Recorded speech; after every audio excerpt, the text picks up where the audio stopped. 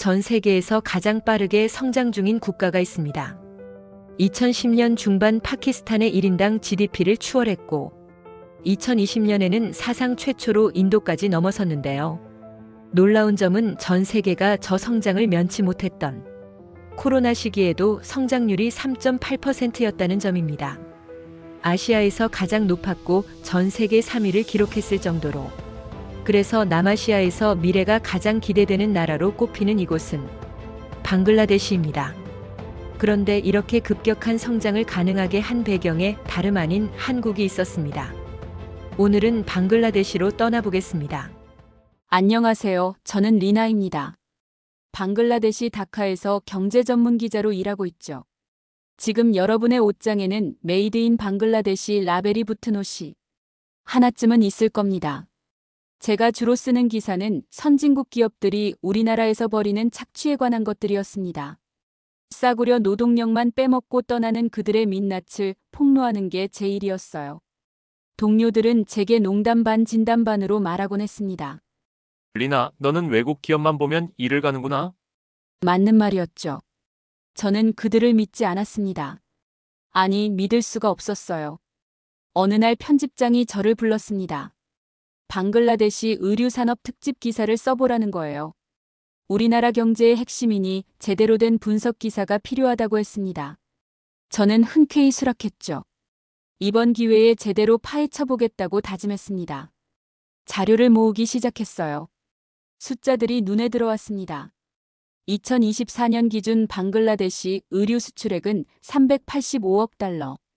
우리 돈으로 약 53조 원입니다. 중국 다음으로 세계 2위예요. 전체 수출의 80%가 의류에서 나옵니다. 450만 명이 직접 이 산업에 종사하고 있었죠. 가족까지 포함하면 2천만 명의 생계가 여기 달려 있었습니다. 숫자가 주는 무게감이 있었습니다. 하지만 저는 냉소적으로 생각했어요. 결국 우리의 값싼 노동력을 팔아서 번 돈 아닌가. 누군가는 우리보다 훨씬 더 많은 이익을 가져갔을 겁니다.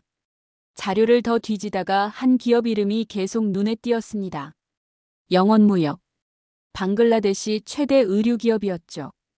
그런데 이 회사가 한국 기업이라는 겁니다. 저는 타겟을 정했습니다.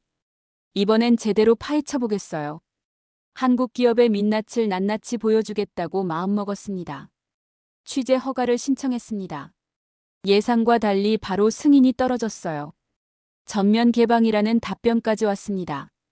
저는 오히려 의심스러웠죠. 숨길 게 없다는 듯이 굴수록 더 의심스러운 법입니다. 통제된 투어를 보여주고 좋은 말만 하라고 압력을 넣겠죠. 그렇게 생각하며 치타공으로 향했습니다. 남부 항구 도시 치타공은 방글라데시 제2의 도시예요. 영원무역의 공장들이 여기 모여 있다고 했습니다. 도착해서 본 광경에 할 말을 잃었습니다. 공장이 하나 둘이 아니었어요. 22개의 공장이 거대한 단지를 이루고 있었습니다. 안내를 맡은 직원이 설명했습니다. 현재 이곳에서 3만 5천 명이 일하고 있다고 했어요.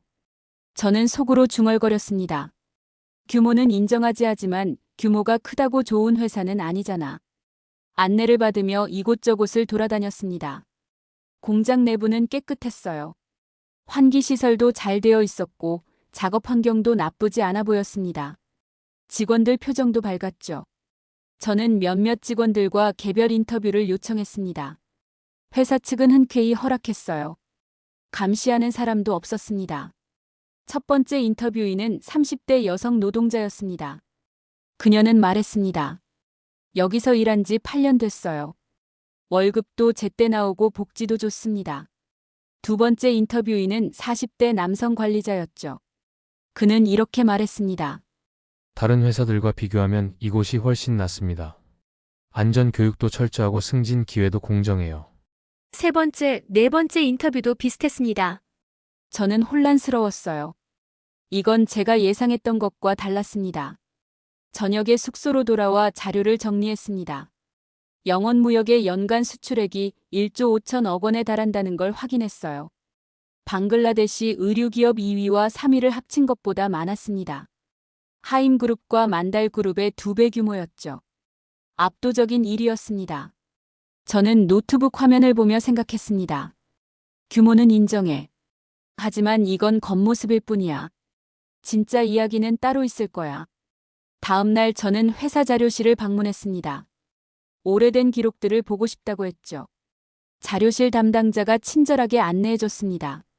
먼지 쌓인 앨범들 사이에서 한 장의 사진이 눈에 들어왔어요. 1979년이라고 적혀 있었습니다. 사진 속에는 젊은 방글라데시 청년들이 공장에서 일하는 모습이 담겨 있었죠. 그런데 배경이 방글라데시가 아니었습니다. 한국 부산이라고 써 있었어요. 저는 더 많은 자료를 찾았습니다. 기록에 따르면 1979년 대우그룹과 방글라데시 대시가먼츠라는 회사가 합작을 했다고 나와 있었습니다. 그리고 130명의 방글라데시 청년들이 한국으로 건너갔다고 했어요. 자료실을 나와 복도를 걷는데 나이 지긋한 관리자 한 분이 지나갔습니다. 저는 얼른 그분을 불러 세웠어요. 혹시 1979년 한국에 다녀오신 분들을 아시냐고 물었습니다. 그분이 빙그레 웃으며 대답했습니다. 저요, 제가 그때 갔었습니다. 저는 깜짝 놀랐죠. 급하게 인터뷰를 요청했습니다. 그분은 근처 회의실로 저를 안내했어요. 앉자마자 저는 물었습니다. 그때 한국에 왜 가셨나요? 그분이 천천히 이야기를 시작했습니다. 1979년 저는 22살이었습니다. 일을 배우고 싶어서 지원했죠. 그때 한국 대우그룹과 합작을 한다는 소식을 들었어요. 130명을 선발해서 한국으로 보낸다고 했습니다. 저는 간절했어요. 부산에 도착했을 때의 기억이 생생합니다. 6개월 동안 대우 공장에서 일을 배웠어요. 의류 생산 공정 품질 관리, 수출 실무까지 모든 걸 배웠습니다. 그분의 눈이 반짝였습니다. 저는 질문을 던졌죠. 그럼 결국 값싼 노동력이 필요해서 교육을 시킨 거 아닌가요? 그분이 잠시 저를 바라보다가 쓴웃음을 지었습니다. 기자님, 당신은 아직 아무것도 모르시는군요. 저는 발끈했어요. 제가 뭘 모른다는 겁니까? 그분이 말했습니다. 모르시는 게 당연합니다. 직접 겪지 않으셨으니까요. 하지만 판단은 모든 걸 알고 난 후에 해도 늦지 않습니다. 저는 불편했습니다. 하지만 궁금하기도 했죠. 그분이 덧붙였습니다. 자료실에 1979년 계약서 원본이 있을 겁니다. 한번 보세요. 저는 다시 자료실로 향했습니다. 계약서를 찾았습니다. 먼지를 털어내고 펼쳐봤어요. 한국어와 영어로 된 문서였습니다. 천천히 읽어 내려갔죠. 합작의 목적이 명시되어 있었습니다. 단순히 공장을 세우는 게 아니었어요. 기술 이전이 주요 목적이라고 적혀 있었습니다. 130명의 청년들을 6개월간 무상으로 교육한다는 조항도 있었죠. 무상이라는 단어가 눈에 들어왔습니다. 저는 더 많은 자료를 뒤졌어요. 당시 대우 측 담당자의 인터뷰 기록도 있었습니다. 그는 이렇게 말했더군요. 이들이 방글라데시 산업의 씨앗입니다. 더 놀라운 건 그 다음이었습니다. 교육을 받고 돌아간 130명 중 상당수가 나중에 독립했다는 기록이 있었어요. 자신의 공장을 세운 겁니다. 그들이 다시 사람들을 교육했고 산업이 확산됐다고 나와 있었습니다. 저는 의자에 앉아 한참을 생각했습니다. 이건 착취와는 다른 것 같았어요. 하지만 인정하고 싶지 않았습니다. 아직 확신할 수 없었죠. 다음 날 저는 다른 각도로 취재를 시작했습니다. 영업무역이 방글라데시에 들어온 역사를 조사하기 시작했어요. 1980년이 시작점이었습니다. 자료를 보니 영원무역이 방글라데시 최초의 외국인 투자 의류 공장이라고 나와 있었죠. 한국 기업 영원무역과 방글라데시 정부가 51대 49 비율로 합작했다고 했습니다. 첫 제품은 패딩 재킷이었어요. 스웨덴으로 수출했다고 나와 있었습니다. 저는 1980년대 정부 관계자를 수소문했습니다. 은퇴한 공무원 한 분을 찾아냈어요. 그분은 당시 무역부에서 일했다고 했습니다. 저는 그분을 만나러 갔습니다. 커피숍에 앉아 이야기를 나눴죠. 그분이 회상했습니다. 1980년 영업무역이 들어왔을 때 우리는 기뻤습니다. 최초의 외국인 투자였으니까요. 하지만 더 중요한 건 그들이 가져온 안전 기준이었습니다. 저는 고개를 갸우뚱했어요. 안전 기준이요? 그분이 설명했습니다. 당시 우리나라에는 제대로 된 공장 안전 기준이 없었어요. 영업무역이 한국의 기준을 도입했습니다. 환기시설, 비상구, 소방설비 같은 것들이요. 우리 정부도 그걸 보고 배웠습니다. 나중에 다른 공장들에도 그 기준을 적용하기 시작했죠. 저는 놀랐습니다. 그런 이야기는 처음 들었거든요. 그분이 덧붙였습니다. 물론 모든 공장이 기준을 지킨 건 아니었어요. 불법으로 운영되는 하청 공장들도 많았습니다. 하지만 영업무역 같은 정식 공장들은 달랐어요. 그들은 제대로 된 시스템을 보여줬습니다. 저는 더 깊이 파고들었습니다. 1980년대 공장 사고 기록을 찾아봤어요. 안타깝게도 많은 사고가 있었습니다. 건물 붕괴, 화재, 여러 사고들이 기록되어 있었죠. 하지만 영원무역 공장에서는 큰 사고가 없었다는 걸 확인했습니다. 저는 당시 공장에서 일했던 사람들을 찾아다녔어요. 한 할머니를 만났습니다. 그분은 1980년대 중반 의류 공장에서 일했다고 했어요. 어느 공장이었냐고 물으니 이름을 정확히 기억하지 못했습니다. 하지만 이렇게 말했죠. 정식 공장에 들어가고 싶었어요. 영원무역 같은데 말이에요. 거기는 월급도 제때 나오고 안전했거든요. 저는 작은 하청 공장에서 일했습니다. 환경이 열악했어요. 그분의 이야기를 듣는데 가슴이 먹먹해졌습니다. 저는 깨달았어요. 제가 가졌던 분노의 대상이 잘못됐을 수도 있다는 걸요. 영원무역 같은 정식 기업과 불법 하청 공장은 달랐던 겁니다. 저는 지금까지 모든 외국 기업을 같은 눈으로 봤어요. 하지만 차이가 있었습니다. 어떤 기업은 제대로 된 시스템을 가져왔고 어떤 곳은 그저 이익만 빼갔던 거죠.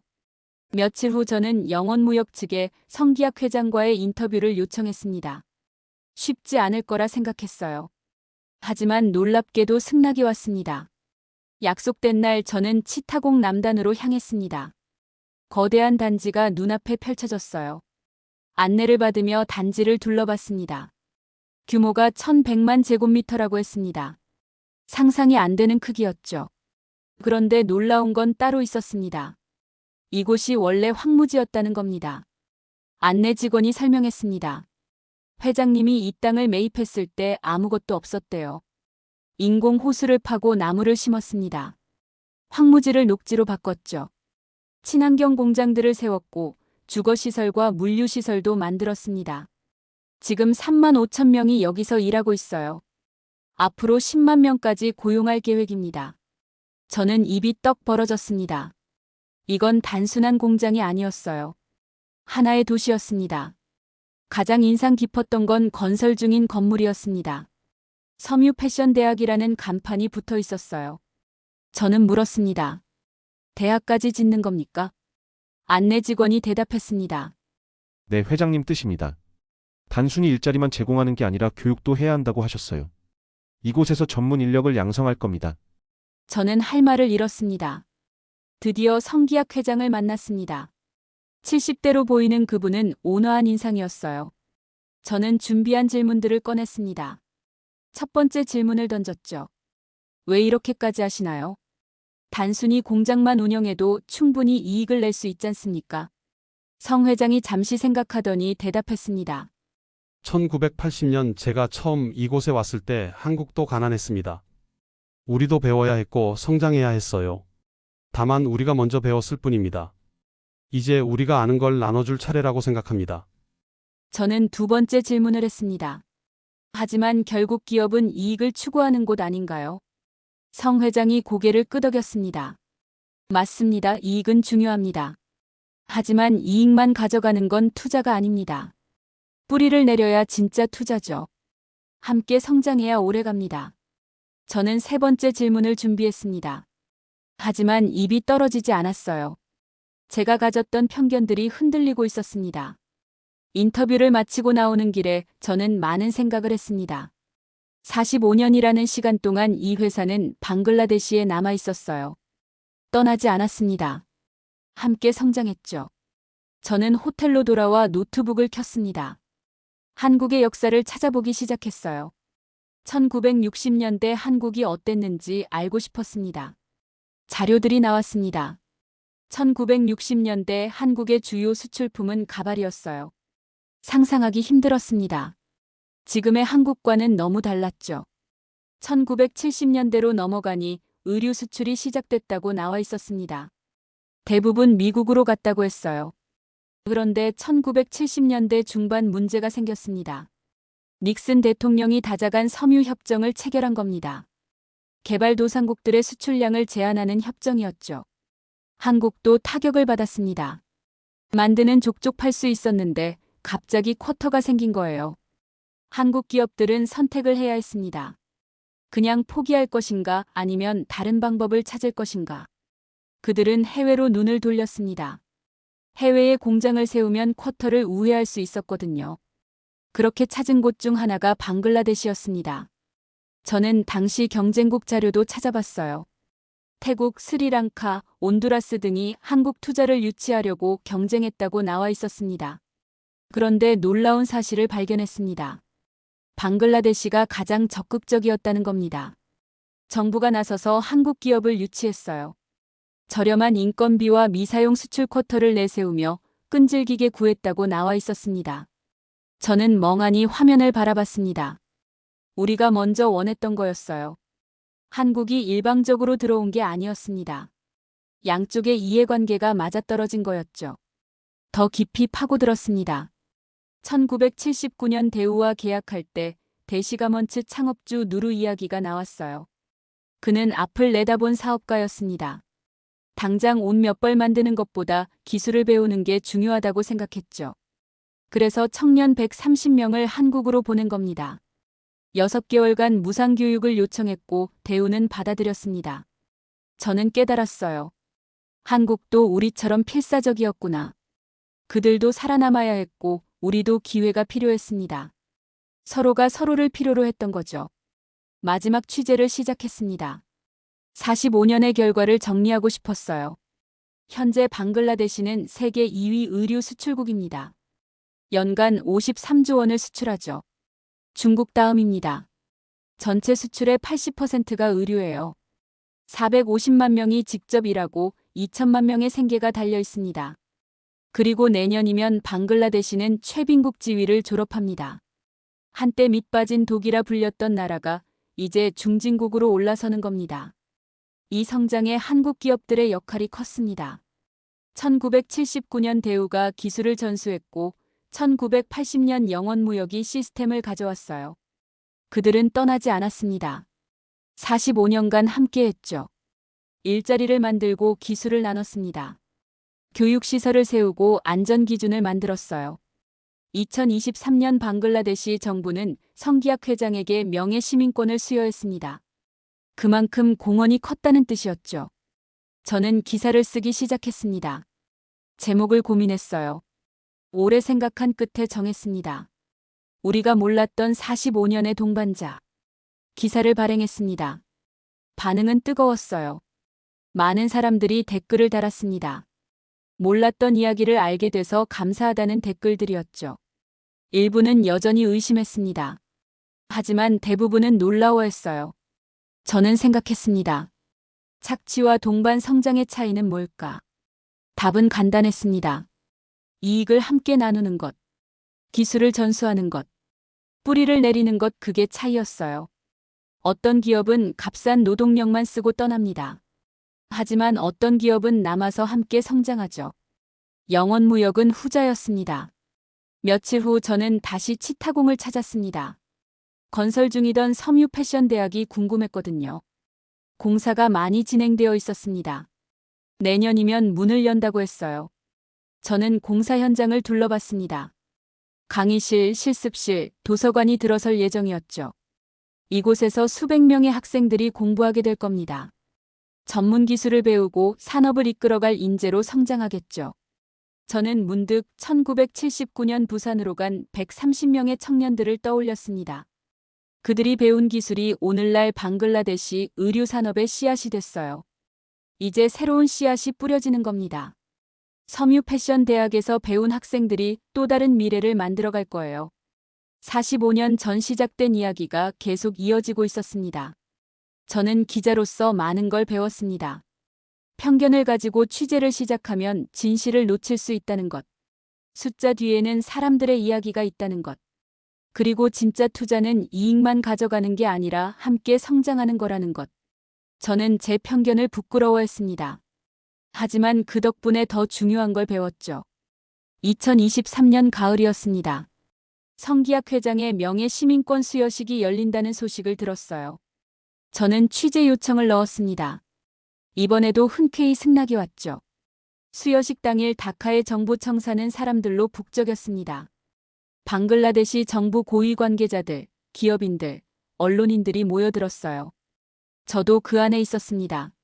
성 회장이 단상에 올랐습니다. 방글라데시 총리가 직접 명예 시민권 증서를 전달했어요. 박수가 터져나왔습니다. 저도 박수를 쳤습니다. 진심으로요. 총리가 축사를 했습니다. 영원무역은 45년간 우리와 함께 했습니다. 일자리를 만들고 기술을 나눴죠. 내년이면 우리나라는 최빈국 지위를 졸업합니다. 이 자리에 계신 성기학 회장님의 공헌이 컸습니다. 총리의 목소리에 힘이 실렸어요. 성 회장이 답사를 했습니다. 저는 그분의 말을 하나하나 받아 적었어요. 45년 전 이곳에 왔을 때 저는 두려웠습니다. 낯선 땅이었고 모든 게 불확실했죠. 하지만 방글라데시 사람들이 저희를 받아줬습니다. 함께 일했고 함께 성장했어요. 이 명예는 저 혼자 받는 게 아닙니다. 45년간 함께한 모든 분들의 것입니다. 성 회장의 목소리가 떨렸습니다. 진심이 느껴졌어요. 수여식이 끝나고 저는 성 회장을 잠깐 만났습니다. 짧은 인사를 나눴죠. 성 회장이 말했습니다. 기자님, 좋은 기사 잘 봤습니다. 저는 고개를 숙였어요. 부끄러웠습니다. 처음에 편견을 가지고 취재를 시작했다는 걸 그분은 모를 겁니다. 성 회장이 덧붙였습니다. 앞으로도 진실을 전해주세요. 좋은 것도 나쁜 것도요. 저는 고개를 끄덕였습니다. 호텔로 돌아오는 길에 저는 창밖을 바라봤습니다. 다카의 거리가 지나갔어요. 복잡하고 시끄러운 도시였습니다. 하지만 살아있는 도시였죠.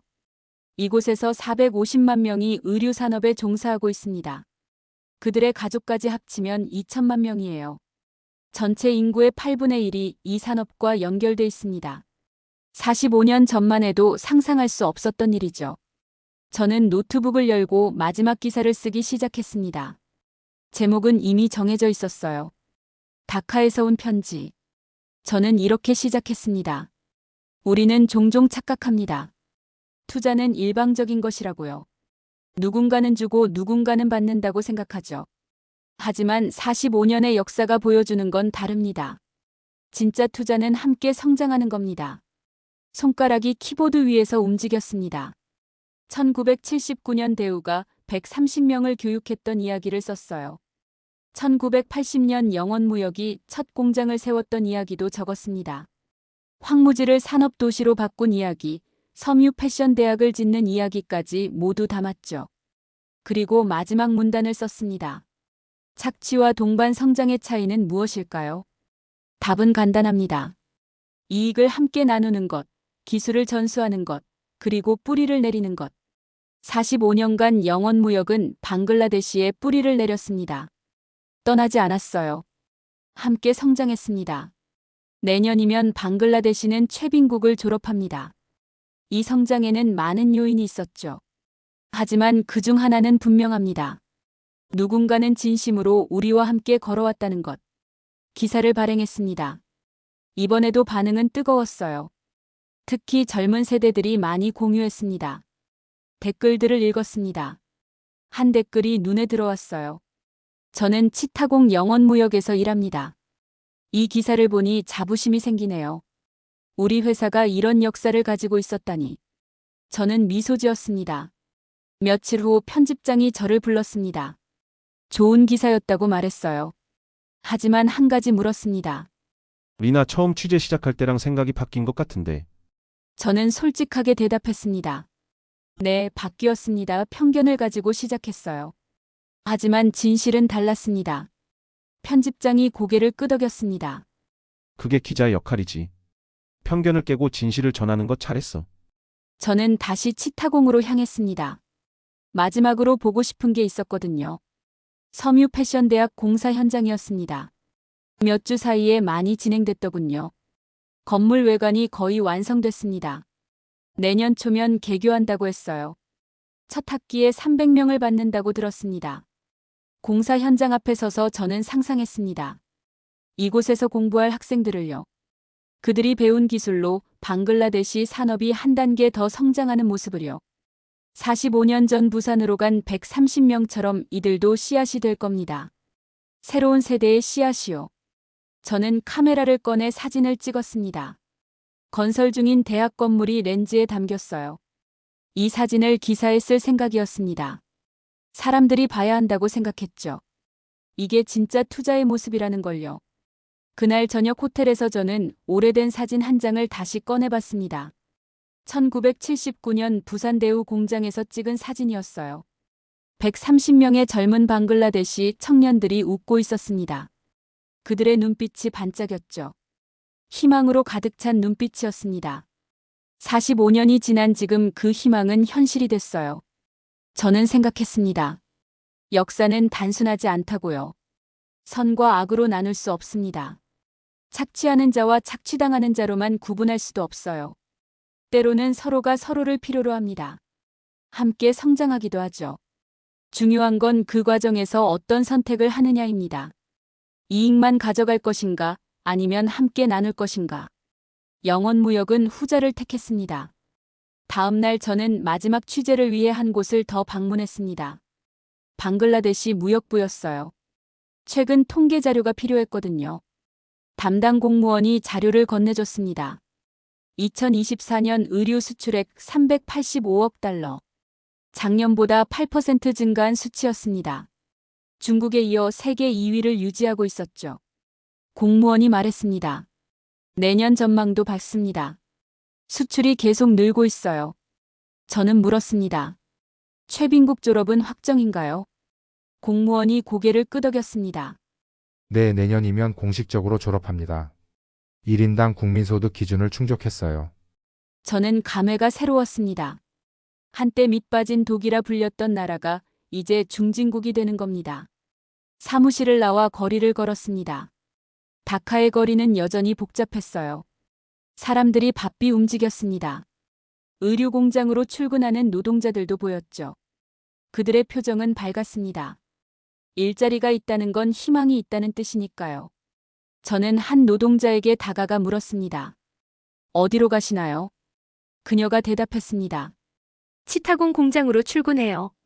저는 다시 물었습니다. 어느 회사세요? 그녀가 자랑스럽게 말했습니다. 영원무역이요. 저는 미소 지었습니다. 거기 좋나요? 그녀가 환하게 웃었습니다. 네, 좋아요. 월급도 제때 나오고 복지도 좋거든요. 저는 행운을 빌어줬습니다. 그날 밤 저는 마지막 원고를 정리했습니다. 시리즈의 마지막 기사였어요. 제목은 45년의 약속이었습니다. 저는 이렇게 마무리했습니다. 1979년 한국과 방글라데시는 약속했습니다. 말로 하지 않았지만 행동으로 보여줬죠. 함께 성장하자고요. 45년이 지난 지금 그 약속은 지켜졌습니다. 방글라데시는 세계 2위 의류 수출국이 됐고 내년이면 최빈국을 졸업합니다. 이 성장에는 많은 요인이 있었지만 한국 기업들의 역할을 빼놓을 수 없습니다. 그들은 기술을 나눴고 일자리를 만들었으며 뿌리를 내렸습니다. 이것이 진짜 투자입니다. 기사를 발행하고 저는 창밖을 바라봤습니다. 다카의 밤하늘에 별이 떠 있었어요. 저는 생각했습니다. 누군가는 진심으로 우리와 함께 걸어왔다고요. 45년이라는 긴 시간 동안요. 그 사실을 이제야 알게 됐습니다. 부끄럽지만 다행이었어요. 늦게라도 알게 돼서요. 저는 노트북을 덮었습니다. 이 이야기를 많은 사람들이 알았으면 좋겠다고 생각했습니다. 편견 없이 봐줬으면 좋겠다고요. 그리고 이해해줬으면 했습니다. 진짜 투자는 이런 거라는 걸요. 함께 성장하는 거라는 걸요. 다음 날 아침 저는 편집장에게 연락을 받았습니다. 기사 반응이 폭발적이라고 했어요. 정부에서도 연락이 왔다고 합니다. 방글라데시 발전사를 정리하는 프로젝트에 참여해달라는 요청이었죠. 저는 수락했습니다.